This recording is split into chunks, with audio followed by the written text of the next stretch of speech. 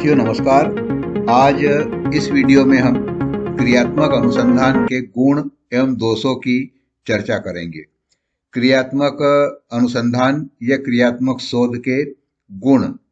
चूंकि क्रियात्मक अनुसंधान या क्रियात्मक शोध अभ्यासकर्ताओं द्वारा ही किया जाता है, इस कारण अनेक सीमाएं होने के बावजूद इसके अनेक गुण भी होते हैं। यहाँ पर अभ्यासकर्ताओं से तात्पर्य है या तो शिक्षक या पर्यवेक्षक, सीएसई, प्रधान पाठक या प्राचार्य आदि से हमें समझना चाहिए।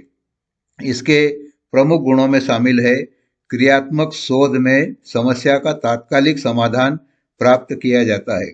इमीडिएट सॉल्यूशन इसका समस्या का प्राप्त किया जाता है, अतः इसकी व्यावहारिक उपयोगिता होती है। बेस्ट के अनुसार क्रियात्मक शोध एक ऐसी प्रक्रिया है जो प्रत्येक अवस्था में समस्या समाधान की वास्तविकता से घनिष्ठ संपर्क रखती है। किसी भी क्रियात्मक अनुसंधान का उद्देश्य ही होता है कि शिक्षक द्वारा अनुभूत की गई समस्या के हल को प्राप्त करना। अतः ये इसकी एक प्रमुख विशेषता है जिसमें समस्या समाधान की वास्तविकता से क्रियात्मक अनुसंधान घनिष्ठ रूप से संबंधित रहता है और उस समस्या से पृथक दिशा में नहीं जा पाता। तीसरी इसकी विशेषता है क्रियात्मक शोध में न्यायादर्श यानी सैंपल, उपकरण यानी टूल एवं सांख्यिकी तकनीकों का उपयोग शोधकर्ता या रिसर्चर अपनी शोध सामर्थ्य एवं उपलब्ध सुविधाओं के अनुसार करता है।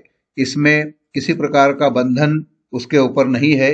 वह जो उपयुक्त समझता है और जो कर सकता है उसी उपकरण का प्रयोग करता है, उसी सांख्यिकी तकनीक का उपयोग वह करता है और परिणाम को प्राप्त कर सकता है।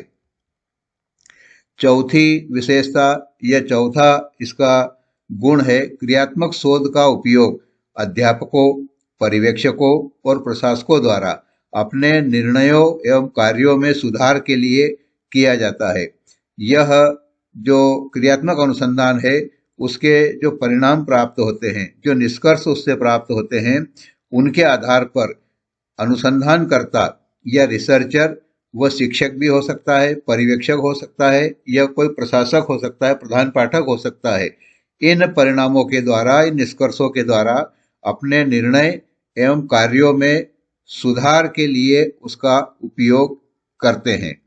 इस प्रकार गुड ने यह कहा था कि हमेशा क्रियात्मक अनुसंधान अपनी उपयोगिता के लिए जाना जाता है। क्रियात्मक शोध का उद्देश्य मात्र सामान्यीकरण नहीं होता। कई बार जो बड़े अनुसंधान या शोध किए जाते हैं उसमें किसी समस्या के जो अनेक कारण है उसमें से उन कारणों का जनरलाइजेशन किया जाता है, सामान्यीकरण किया जाता है और कुछ प्रमुख कारणों को उस समस्या के मूल में हैं ऐसा स्थापित करके निष्कर्ष निकाले जाते हैं। लेकिन क्रियात्मक शोध का उद्देश्य मात्र जनरलाइजेशन या सामान्यीकरण करना नहीं है, वरन समस्या का समाधान करना इसमें प्रमुख उद्देश्य होता है। छठा इसका जो विशेष पक्ष है वह है क्रियात्मक शोध में बाह्य परिवर्तियों या चर, जिन्हें हम वेरिएबल कहते हैं, के नियंत्रण की आवश्यकता नहीं होती। वह नियंत्रण की आवश्यकता इसलिए नहीं होती है क्योंकि प्रयोग किसी विशेष चर या वेरिएबल के लिए नहीं किया जा रहा है, अपितु संपूर्ण विशिष्ट परिस्थिति के लिए संचालित किया जा रहा है। इसलिए जो एक्सटर्नल वेरिएबल है, बाह्य परिवर्तियां या बाह्य चर हैं, उनके नियंत्रण की, उनके कंट्रोल की आवश्यकता नहीं होती और यह क्रियात्मक अनुसंधान एक समग्र और सहज परिवेश में संचालित किया जाता है। क्रियात्मक अनुसंधान का सातवां पक्ष या इसका सकारात्मक पक्ष यह है कि इस शोध में परिणामों की सार्थकता की जांच करने की आवश्यकता नहीं होती। यदि किसी क्रियात्मक अनुसंधान से हमें परिणाम प्राप्त हुए हैं, उसका पृथक से उस परिणामों की जांच की आवश्यकता नहीं है।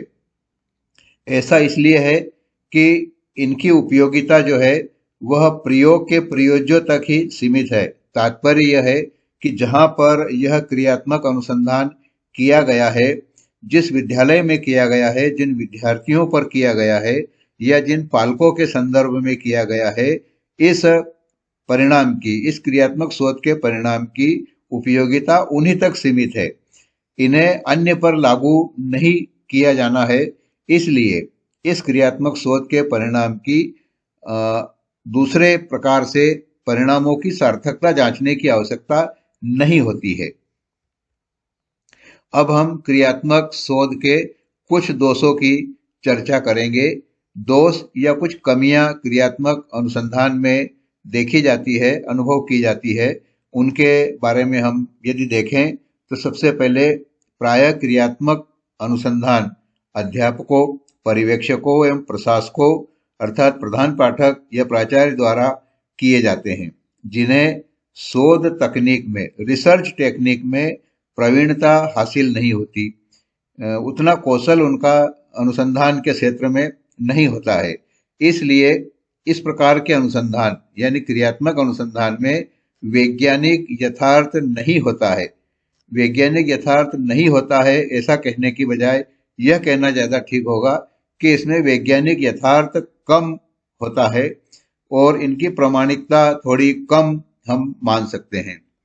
दूसरा इसका जो प्रमुख दोष है कि कभी कभी शोध के तकनीकी ज्ञान के अभाव के कारण, क्योंकि यहाँ पर जो शोध कार्य किया जा रहा है वह मूलतः शिक्षक के द्वारा किया जा रहा है, उसमें तकनीकी ज्ञान की कमी हो सकती है, तकनीकी ज्ञान का अभाव हो सकता है और उस कारण से शोधकर्ता अपनी मूल समस्या से भटक जाते हैं तथा समस्या का समाधान नहीं ढूंढ पाते हैं।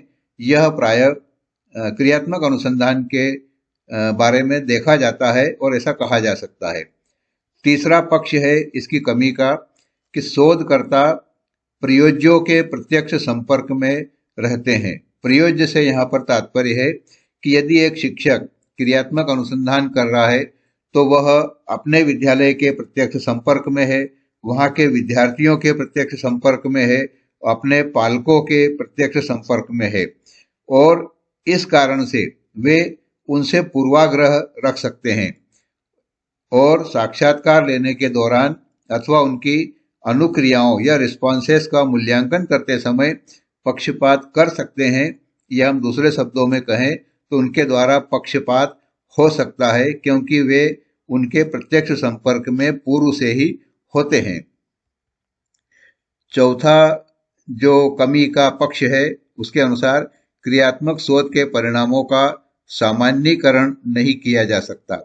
अतः किसी विद्यालय की समस्या पर किए गए शोध के परिणामों को अन्य विद्यालय के उपयोग में नहीं लाया जा सकता।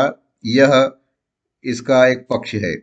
पांचवा कमी वाला पक्ष जो है, प्रायः अध्यापक अपने अध्यापन कार्य के साथ साथ शासन एवं प्रशासन द्वारा समय समय पर आवंटित अन्य गैर शैक्षणिक कार्य को भी करते हैं, जैसे जनगणना कराना, पशुगणना, चुनाव आदि, राशन कार्ड बनाना, अनेक प्रकार के गैर शैक्षणिक कार्य में भी उन्हें संलग्न होना पड़ता है। इस प्रकार उनकी व्यस्तता बढ़ जाती है और वे शोध में रुचि पूर्वक एवं सक्रियता से सहभागिता नहीं कर पाते हैं। शोध का क्षेत्र रुचि एवं पूर्ण समग्रता से, पूर्ण सक्रियता से किए जाने पर ही अधिक सार्थक परिणाम दे सकता है, जो कि इसमें नहीं मिल पाता है। यह एक इस क्रियात्मक अनुसंधान के क्षेत्र में एक कमी मानी जा सकती है। इन सब दोषों के होते हुए भी क्रियात्मक अनुसंधान को शिक्षा के क्षेत्र में उपयोगी माना जाता है। शिक्षकों, पर्यवेक्षकों तथा प्रशासकों द्वारा अपनी स्व अनुभूत समस्याओं के, अपने कार्य क्षेत्र में आ रही दिन प्रतिदिन की समस्याओं के स्थानीय एवं तात्कालिक समाधान इससे प्राप्त होते हैं, जिन्हें अपनी कार्य पद्धति में अपनाकर शिक्षा की गुणवत्ता को सुनिश्चित करने में पर्याप्त सहायता मिलती है। क्योंकि जहां पर समस्या होती है, समाधान भी वहीं पर होता है और क्रियात्मक अनुसंधान इसी बात को मानते हुए, इसी पक्ष को मानते हुए कि जहाँ समस्या है वहीं समाधान है, इसलिए इसके द्वारा प्राप्त होने वाले समाधान अधिक कारगर होते हैं। इसीलिए क्रियात्मक अनुसंधान को शिक्षा के क्षेत्र में वर्तमान समय में अधिक से अधिक अपनाया जा रहा है। आपने इस वीडियो को अंत तक देखा, बहुत बहुत धन्यवाद।